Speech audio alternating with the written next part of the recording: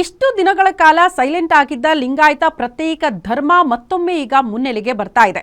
ಈ ವಿಚಾರ ಮತ್ತೊಂದ್ಸರಿ ಕಾಂಗ್ರೆಸ್ ಸರ್ಕಾರಕ್ಕೆ ತಲೆನೋವಾಗುತ್ತಾ, ಸಿದ್ದರಾಮಯ್ಯನವರಿಗೆ ನುಂಗಲಾರದ ಬಿಸಿ ತುಪ್ಪವಾಗುತ್ತಾ ಅನ್ನೋದು $1 ಮಿಲಿಯನ್ ಪ್ರಶ್ನೆಯಾಗಿದೆ. ಈ ಕುರಿತ ಒಂದು ರಿಪೋರ್ಟ್ ಇಲ್ಲಿದೆ ನೋಡಿ.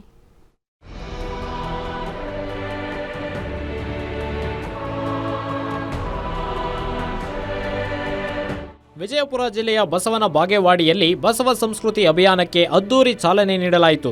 ರಾಜ್ಯದ ವಿವಿಧ ಭಾಗಗಳಲ್ಲಿ ಸಂಚರಿಸಲಿರುವ ಅಭಿಯಾನಕ್ಕೆ ನಾಡಿನ ವಿವಿಧ ಮಠಾಧೀಶರು ಸಾಕ್ಷಿಯಾದರು.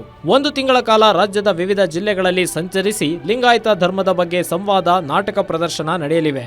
ಜಾಗತಿಕ ಲಿಂಗಾಯತ ಮಹಾಸಭಾ, ಶರಣ ಸಾಹಿತ್ಯ ಪರಿಷತ್ತು ಸೇರಿದಂತೆ ವಿವಿಧ ಸಂಘಟನೆಗಳು ಅಭಿಯಾನಕ್ಕೆ ಸಾಥ್ ನೀಡಿವೆ. ಇದು ಸಮಾಜದ ಮಾಡ್ತಕ್ಕಂಥ ಕಾರ್ಯಕ್ರಮ, ಈ ಸಾಮಾಜಿಕವಾಗಿ ಸಾಂಸ್ಕೃತಿಕವಾದ ಕಾರ್ಯಕ್ರಮ. ಅದಕ್ಕೆ ನಮ್ಮ ಸಮಾಜದ ಒಂದು ಧಾರ್ಮಿಕ ಸಾಂಸ್ಕೃತಿಕ ಕ್ಷೇತ್ರದ ನಾಯಕರು ನಮಗೆ ಅಂತಂದರೆ ನಮ್ಮ ಧರ್ಮಗುರುಗಳು. ಅವರೆಲ್ಲರೂ ಕೂಡಿಕೊಂಡು ಇವತ್ತು ಈ 400-500 ಮಠಾಧೀಶರನ್ನು ಒಕ್ಕೂಟ ಮಾಡಿಕೊಂಡಿದ್ದಾರೆ. ಅವರ ನೇತೃತ್ವದಲ್ಲಿ ಅವರಿಂದಾನೇ ಒಂದು ಸಂಘಟಿತ ಒಂದು ಕಾರ್ಯಕ್ರಮ, ಅದು ರಾಜ್ಯ ಮಟ್ಟದ ಪ್ರತಿ ಜಿಲ್ಲೆಯಲ್ಲಿ ನಡೀತದೆ.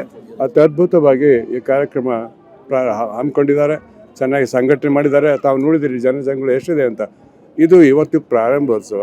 ಇನ್ನು ನಿನ್ನೆ ಆರಂಭವಾಗಿರುವ ಬಸವ ಸಂಸ್ಕೃತಿ ಅಭಿಯಾನ ಪ್ರತ್ಯೇಕ ಲಿಂಗಾಯತ ಹೋರಾಟದ ಮುಂದುವರೆದ ಭಾಗವಾಗಿದೆ ಅನ್ನೋ ಮಾತು ಕೇಳಿಬರುತ್ತಿದ್ದು, ಈ ಹಿಂದೆ ಸಿದ್ದರಾಮಯ್ಯ ಸರ್ಕಾರದ ಅವಧಿಯಲ್ಲಿ ನಡೆದ ಪ್ರತ್ಯೇಕ ಲಿಂಗಾಯತ ಹೋರಾಟದಲ್ಲಿ ಭಾಗಿಯಾಗಿದ್ದ ಸ್ವಾಮೀಜಿಗಳು, ಸಂಘಟಕರು, ಮುಖಂಡರು ಅಭಿಯಾನದಲ್ಲಿದ್ದಾರೆ. ಈ ಮೂಲಕ ಮತ್ತೆ ಹೋರಾಟವನ್ನ ಆರಂಭಿಸುವ ಸೂಚನೆಯನ್ನ ಪರೋಕ್ಷವಾಗಿ ನೀಡಿದ್ದಾರೆ.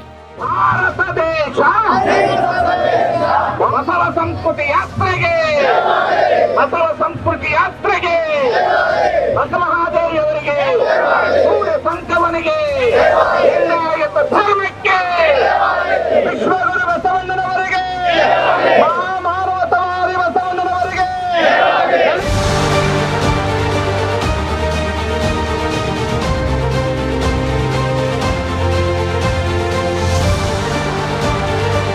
ಸದ್ಯ ಅಭಿಯಾನ ಆರಂಭವಾಗಿದೆ. ಮುಂದಿನ ತಿಂಗಳು 1ನೇ ತಾರೀಕು ಸಮಾರೋಪ ಸಮಾರಂಭ ನಡೆಯಲಿದೆ. ಅಲ್ಲಿ ನಡೆಯುವ ಕಾರ್ಯಕ್ರಮಗಳು ಲಿಂಗಾಯತ ಪ್ರತ್ಯೇಕ ಧರ್ಮದ ಬಗ್ಗೆ ಪರೋಕ್ಷವಾಗಿ ಜಾಗೃತಿ ಮೂಡಿಸಿ ಮತ್ತೆ ಹೋರಾಟದ ಕಿಚ್ಚು ಹಚ್ಚುವ ಸಾಧ್ಯತೆ ಇದ್ದು, ಅಂದು ಏನಾಗಲಿದೆ ಅಂತ ಕಾದ್ ನೋಡಬೇಕಿದೆ. Deepak Shinde, guarantee news, Vijayapura.